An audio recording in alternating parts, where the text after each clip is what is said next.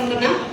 దయచేసి మీరు ఏదైనా ఇంటి నుంచి బయటకు వచ్చి మళ్ళీ ఇంటికి వెళ్ళేంత వరకు ఇందాక చెప్పుకున్నాం, ఒక 1000 కళ్ళు అబ్జర్వేషన్ చేస్తుంటాయి. ఈ 1000 కళ్ళల్లో ఏది చెడు దృష్టితో చూస్తారు, ఎవరు మంచిగా చూస్తున్నారు, ఎవరు అనుకోకుండా తగిలిరు, కావలసుకొని ఎవరు తగిలిరు, ప్రతి చోట మనకు జరుగుతూనే ఉంటాయి ఇన్సిడెంట్స్.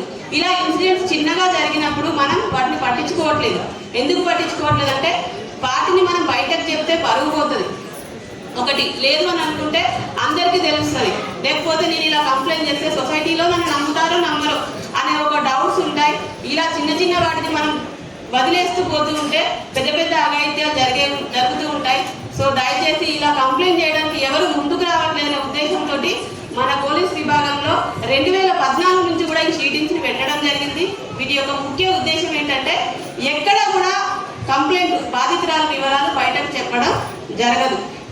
తర్వాత ఒకవేళ మీరు రాలేము అనుకుంటే షీటింగ్ ఆఫీస్ కానీ పోలీస్ స్టేషన్ కానీ మీరు రాలేము అనుకుంటే మేమే మీ దగ్గరికి రావడం జరుగుతుంది. అది కూడా యూనిఫామ్లో రావండి, సివిల్ డ్రెస్లోనే రావడం జరుగుతుంది. పోలీస్ వెహికల్ కూడా యూజ్ చేయం. ఎందుకు అనంటే ఒక పోలీస్ వెహికల్ మీ ఇంటికి వచ్చిందంటే చుట్టుపక్కల వాళ్ళు అబ్జర్వేషన్ చేస్తుంటారు. ఈ అమ్మాయికి ఏదో ప్రాబ్లం ఉంది పోలీసులు వచ్చిరనడం కన్నా ఈ అమ్మాయి ఏదో చేసింది అంటారు. అదే ఒక హాస్పిటల్కి వెళ్ళి వచ్చారనుకోండి, మీరు ఏమంటారు, హెల్త్ బాగాలేదా, ఏమైంది, హాస్పిటల్కి వెళ్ళినామని అడుగుతారు. కానీ పోలీస్ స్టేషన్కి వెళ్తే ఏమంటారు, అమ్మ వీళ్ళకి ఏదో ప్రాబ్లం ఉంది, మనకేదో సమస్య అవుతుంది అని మాట్లాడమే మానేస్తారు. సో అందుకేసమనే సివిల్ డ్రెస్లో ఉంటూ మీ ప్రాబ్లమ్స్ని మేము ఖచ్చితంగా సాల్వ్ చేయడం జరుగుతుంది. పరువు కంటే ముఖ్యం ప్రాణం అండి. సో ఎవరైనా మిమ్మల్ని ఫొటోస్ పెట్టుకొని చాటింగ్స్ పెట్టుకొని కాలేజ్ నుంచి స్కూల్ నుంచి వస్తూ పోతూ ఉంటే ఇబ్బందులకు గురి చేసినట్లయితే దయచేసి షీటింగ్స్కి కంప్లైంట్ చేయండి. కంప్లైంట్ చేసినట్లయితే మేము వాళ్ళని పిలిపిస్తాము, లేదంటే రెడీ హ్యాండెడ్గా పట్టుకోవడం జరుగుతుంది. ఇలా పట్టుకొని వాళ్ళకి కౌన్సిలింగ్ చేసి మీ జోలికి రాకుండా చేయడం జరుగుతుంది. ఒకవేళ వాళ్ళు చేసేది తీవ్రంగా ఉంటే క్రిమినల్ కేసులు సంబంధిత పోలీస్ స్టేషన్లో క్రిమినల్ కేసులు పెట్టడం జరుగుతుంది. మాకు కంప్లైంట్ చేయాలంటే మా నెంబర్ ఉంది మేడం, దయచేసి నోట్ చేసుకోండి. 8712670759 8712670759. ఈ నెంబర్కి కాల్ చేసినా, టెక్స్ట్ మెసేజ్ చేసినా, వాట్సాప్ మెసేజ్ చేసినా మాకు కంప్లైంట్ కానీ రిసీవ్ చేసుకోవడం జరుగుతుంది. మళ్ళీ ఒకసారి చెప్తున్నాం, మీ వివరాలు ఎట్టి పరిస్థితుల్లో మీరు బయటకు చెప్పడం జరగదు. ఒకవేళ మీ హస్బెండ్కి తెలియదు, మీ పేరెంట్స్ తెలియదు అన్నా కూడా మీ పేరెంట్స్ కూడా తెలియజేయడం జరగదు. తర్వాత ఇక్కడ చాలా మంది అబ్బాయిలు యూత్ పిల్లలు ఉన్నారు. సో షీటింగ్ అంటే ఓన్లీ అమ్మాయిలకే ఫీల్ అవుతున్నారు. సో ఒకటి గుర్తు పెట్టుకోండి, షీ సేఫ్గా ఉండాలంటే హీ కరెక్ట్గా ఉండాలి. సో అమ్మాయికి ఇబ్బంది కలగకుండా ఉండాలంటే ఫస్ట్ అబ్బాయి అనేది ఇబ్బందులకు గురి చేయొద్దు. సో దయచేసి మీ పేరెంట్స్ కూడా మీకు చాలా కళలు ఉంటాయి, మీ పేరెంట్స్ మీరు ఎంతో నమ్మకం పెట్టుకొని ఉంటారు. కానీ ఇప్పుడున్న పేరెంట్స్ ఏం భయపడుతున్నారంటే మా అబ్బాయి బయటకు వెళ్ళిండు, ఏ డ్రగ్ అండ్ డ్రైవ్లో దొరుకుతాడో, లేకపోతే ఏ ఇష్యూలో ఇరుక్కొని మా దగ్గరికి వస్తాడో, ఏ గాంజాయిలో ఇరుక్కుంటాడో అనే భయంతో పేరెంట్స్ బతుకుతున్నారు. సో దయచేసి మీరు మీ భవిష్యత్తును దృష్టిలో పెట్టుకుని ఎట్లయితే మీ ఇంట్లో ఉన్న సిస్టర్ కానీ మదర్ కానీ ఎలా ప్రొటెక్ట్ చేస్తారో, అంటే మనందరికీ తెలుసు, మనం ఊరి గుడిసెలో ఉన్నా కూడా మనం ఏమనుకుంటాం, మన ఇంట్లో ఉన్న చిన్న పిల్లలు కానీ అమ్మాయిని కానీ ఒక యువరాణి అలా చూస్తూ ఉంటాం. కానీ మన బిహేవియర్ పక్కన వాళ్ళతో అలా ఉండట్లేదు. అబ్బాయిది పక్క గల్లీకి పోయినా, పక్క కాలేజీకి పోయినా, లేకపోతే ఇంకెక్కడ పోయినా బిహేవియర్ అనేది మారుతుంది. సో దయచేసి మీ ఇంట్లో మీ చెల్లని అక్కని ఎలా ప్రొటెక్ట్ చేసుకుంటారో మీ బిహేవియర్ అనేది మిగతా తోటి ఆడవాళ్ళతో అలా ఉన్నప్పుడు మన సొసైటీ బాగుంటుంది. తర్వాత మీ మఫ్టీ డ్రెస్లలో ప్రతి ఈవినింగ్ జరిగే places, colleges, schools, parks, cinema theatres ప్రతి చోట్ల మేము మఫ్టీలో అబ్జర్వేషన్ చేస్తూ ఉంటాం. ఇలా అబ్జర్వేషన్ చేసే టైంలో ఎవరైనా టీజింగ్ చేసినట్లయితే మేము రెడీ హ్యాండెడ్గా పట్టుకోవడం జరుగుతుంది. ఇలా పట్టుకున్న వాళ్ళని తీసుకెళ్లి పోలీస్ స్టేషన్లో మా సుపీరియర్ ఆఫీసర్ ముందట మేము ప్రొడ్యూస్ చేయడం జరుగుతుంది. దయచేసి ఒకటే గుర్తుపెట్టుకోండి, టీజింగ్ అంటే అబ్బాయిలు ఏమనుకుంటున్నారంటే ఏదో లవ్ లెటర్ ఇచ్చి లేకపోతే అమ్మాయి ఎంత పట్టుకొని ఏదో కామెంట్ చేస్తేనే అనుకుంటున్నారు. కానీ ఒకటి గుర్తుపెట్టుకోండి, ఒక అబ్బాయి, ఒక మేల్ పర్సన్ ఎవరైనా ఒక అమ్మాయి పట్ల చూపుల ద్వారా కానీ, చేతుల ద్వారా కానీ, ఫోన్ ద్వారా కానీ, మెసేజ్ ద్వారా కానీ, వీడియో ద్వారా కానీ ఏ విధంగా మనకు ఇబ్బంది కలిగించినా అది హరాస్మెంట్ అవుతుంది. ఇది దృష్టిలో పెట్టుకోండి. దయచేసి ఇక్కడ పెద్దవాళ్ళందరూ కూడా ఉన్నారు. సో ఫోన్, మేము పదే ఎక్కడికి వెళ్ళినా ఫోన్ గురించి చెప్తున్నా, ఇది గుర్తుపెట్టుకోండి. ఫోటో ఎక్కడ దిగాలి, ఎందుకు దిగాలి, దిగాల వద్ద, ఈ సెన్స్ ఈ రోజుల్లో కంపల్సరీ ఉండాలి. ఒక ఫోటో పెట్టుకొని మనం స్టేటస్ పెడుతూ ఉంటాం, అందరూ లైక్లు వస్తుంటాయి, వ్యూస్ వస్తుంటాయి, చాలా చూస్తుంటాం, మనకు హ్యాపీగా అనిపిస్తుంది. ఆ స్టేటస్ చూసే వాళ్ళందరిలో మంచి వాళ్ళందరూ ఉంటారా?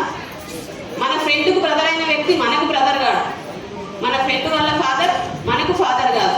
సో చాలా కంప్లైంట్స్, మేడం ఇలా స్టేటస్ పెట్టడం వల్ల మా ఫ్రెండ్ బ్లాక్మెయిల్ చేసే రోజులు వచ్చేసాయి. అవునా? సో రీల్స్ చేస్తున్నాం, వ్యూస్ చేస్తున్నాం అనుకుంటున్నాను, దాని నుంచి అంతా కూడా ప్రాబ్లం ఉంది.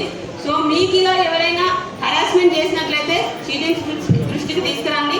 తర్వాత ఇక్కడ పేరెంట్స్ ఉన్నారు, మీ పిల్లలకి మొబైల్ ఫోన్స్ ఇస్తున్నారు, స్మార్ట్ ఫోన్ ఇస్తున్నారు అని అంటే దానివల్ల ఖచ్చితంగా ప్రాబ్లమ్స్ ఫేస్ చేస్తారు. ఫస్ట్ వాళ్ళకి ఫోన్ ఎలా వాడాలనేది నేర్పించండి.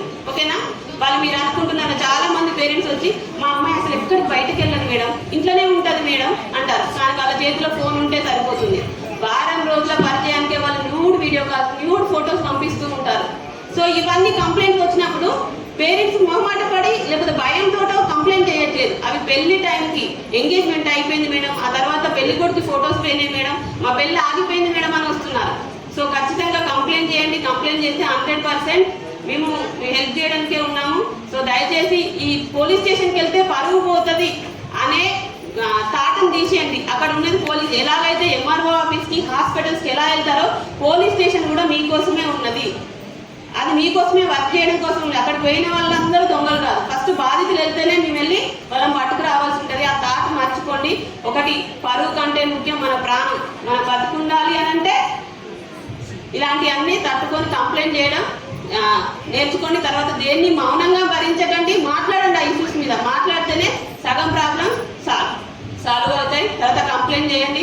అన్ని డిపార్ట్మెంట్స్ చాలా అందుబాటులో ఉన్నాయి, వాటిని యూజ్ చేసుకోండి. తర్వాత వర్కింగ్ ఉమెన్స్, మీ వర్క్ ప్లేస్లలో ఏమైనా హరాస్మెంట్ జరుగుతుంది అని అంటే దయచేసి మాకు కంప్లైంట్ చేయండి. తర్వాత అక్కడ ఇంటర్నల్ కమిటీస్ ఉంటాయి, వాటి మీద కూడా మీరు కంప్లైంట్ చేయొచ్చు.